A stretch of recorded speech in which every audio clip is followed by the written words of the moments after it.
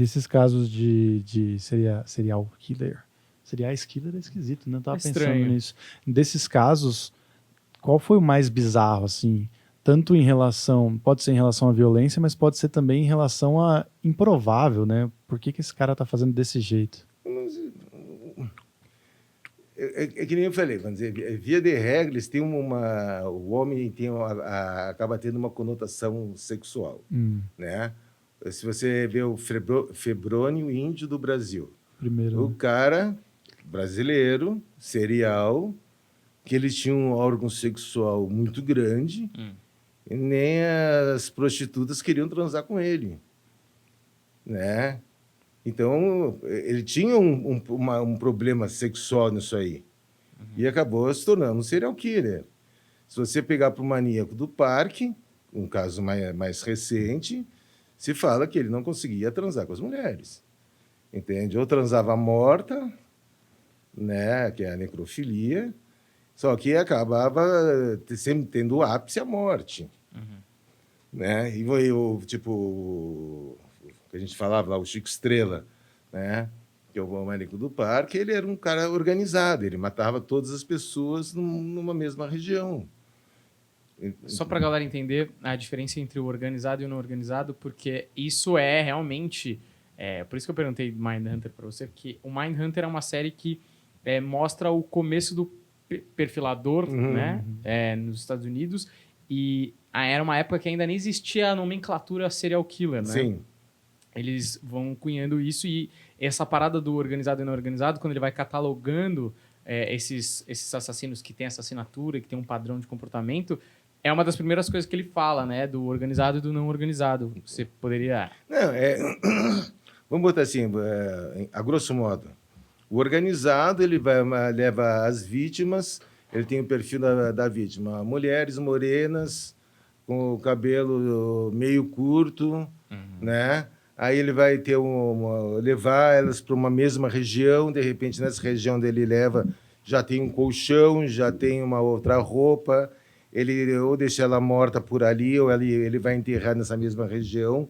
Aí ele não se transfere, não muda com frequência de lugar, ele permanece um tempo maior numa região, né? Então ele tem uma certa estabilidade na forma dele praticar os crimes.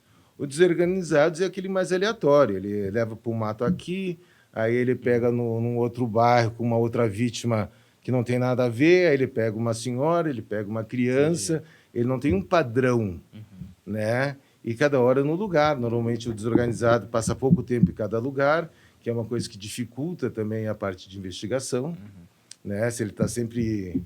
É um nômade, né? Então fica um pouco mais difícil, vamos dizer, a localização, porque, infelizmente, as polícias no Brasil ainda são separadas, né? Então, o que acontece em Minas Gerais, fica em Minas Gerais.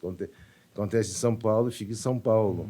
Né? Então, eu acho que a gente está caminhando aí num futuro, né?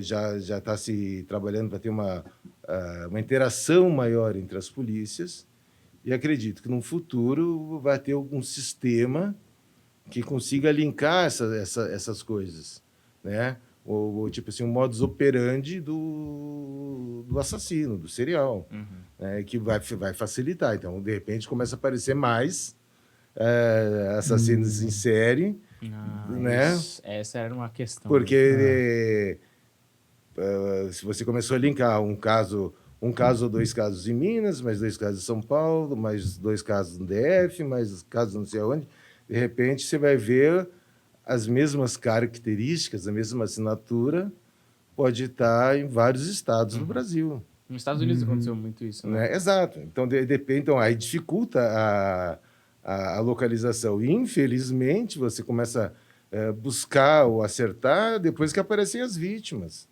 É difícil você prever o que um indivíduo desse vai fazer.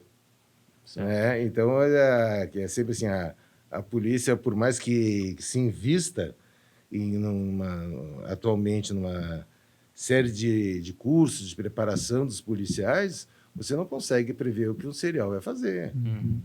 O Febrônio, eu lembro, eu já ouvi um podcast contando a história dele e a galera lá focou muito no fato dele mexer com magia negra, que ele fazia, deixava, acho que, elementos, umas estrelas e umas coisas e tal. Mas parece que o que mais influencia mesmo não é uma pira que vai sair de alguma religião, alguma coisa desse tipo. É mais a questão sexual reprimida mesmo. Normalmente, vamos botar assim, normalmente, sempre tem aqueles que fogem à regra. Né? Eles têm alguma conotação sexual. Ou ele foi abusado por alguém quando era pequeno, por o pai, padrasto, irmão, vizinho, alguma coisa. Pode ser que ele não consiga manter a relação sexual. Né? Via de regra, tem alguma conotação sexual. Uhum. Né? Então, vamos botar assim... Até hoje, muito do que acontece tem conotação sexual. Né? Pode ter algum que não tenha? Pode. Né? Mas, via de regra, tem. Eu vi uma vez um documentário que falava que era meio que a receita do serial killer, né? Ou do psicopata e tal, que é a exposição muito jovem à sexualidade, geralmente um pai ausente, uma mãe autoritária também, eles colocam como uma... Óbvio, nada disso é uma regra, mas é um padrão que... Que o que acontece? Você tem algumas características que você pode botar ausência de pai, ausência da mãe. Tudo que a gente aprende, vamos botar assim, numa boa educação, tá, vai te colocando freios. Uhum. Você tem o freio moral, freio religioso, freio sentimental. Você vai tendo freios para agir de uma forma correta. Uhum. Se você não tiver freios, se você tiver uma tendência, você quebrar essas barreiras, né? Aí você pode cair por outro lado. Sim. É tipo, você tem história de criminoso que está preso, olha, nunca tinha matado ninguém, aí de repente eu matei e eu gostei. Né? Eu gostei, fiquei com sangue nos olhos, queria matar. O cara pegou gosto. Pegou gosto. Mas até matar a primeira vez ele era uma pessoa normal. Uhum. Né? Então é difícil você avaliar até que desse clique na pessoa. Uhum. Então, e não tem como se prever. Sim. Entende? Se acontecer isso, vai dar o clique. Não tem, acontece.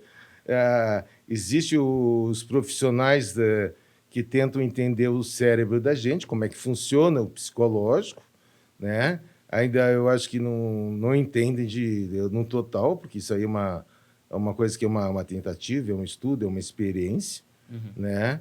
Mas eu acho que tem uns que entendem mais, outros que entendem menos, mas o total, entender completamente como funciona, eu acho que não se sabe ainda, senão você começava a evitar ou identificar quem seriam os potenciais criminosos de uma forma geral e se botaria vamos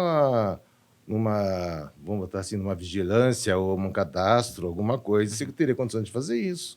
Isso aí não existe.